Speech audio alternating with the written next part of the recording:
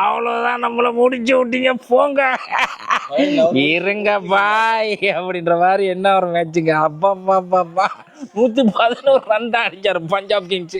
பஞ்சாப் தோத்தி நினைச்சேன் my friend. என்ன ஒரு மேட்ச், ஐபிஎல்லையே இப்படி ஒரு லோவஸ்ட் டோட்டல் 111 ரன்னு, வெறும் 111 ரன்னு. அதை வந்து கேகேஆர் அடிச்சு தோச்சி தம்சம் பண்ணி இன்னைக்கு பஞ்சாப் நொறுக்க போறாங்க நினைச்சா. பிரீத்தி சிந்தா இறங்கிட்டாவா, வேற லெவலு. பிரீத்தி சிந்தா எல்லாரும் ஹக் பண்றாங்கறாப்ல, வேற மாதிரி அடிச்சு துவச்சி துவம்சம் பண்ணி வேற லெவல்ல வெற்றி பெற்றிருக்குது பஞ்சாப் கிங்ஸ். இதுக்கு முன்னாடி வந்து சன்ரைசர்ஸ் அது கூட ஒரு மேட்ச் விளையாடி இருந்தாங்க. ரொம்ப பெரிய ஒரு டோட்டல் அடிச்சிருந்தும் கூட அதை துரத்தி அடிச்சிச்சு சன்ரைசர்ஸ்.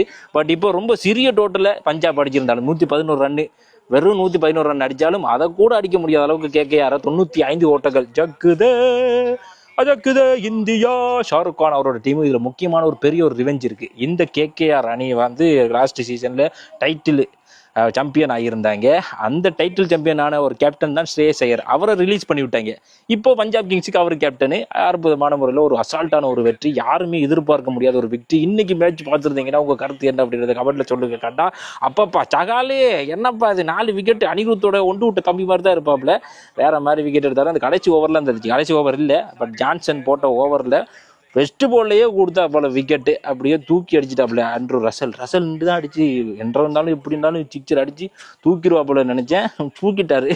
போல்ட் ஆன உடனே மொத்த ஸ்டேடியமும் அதிர்ந்துருச்சு. வேற மாதிரி மேட்சுங்க, வேற மாதிரி சான்ஸே இல்லை. இந்த மாதிரி அதிரி புதிரியான மேட்சில் தான் நம்ம எதிர்பார்க்குறோம். சூப்பர் மேட்ச் பார்த்துருந்தீங்கன்னா உங்கள் கருத்து என்னன்னு கமெண்ட்ல சொல்லுங்க.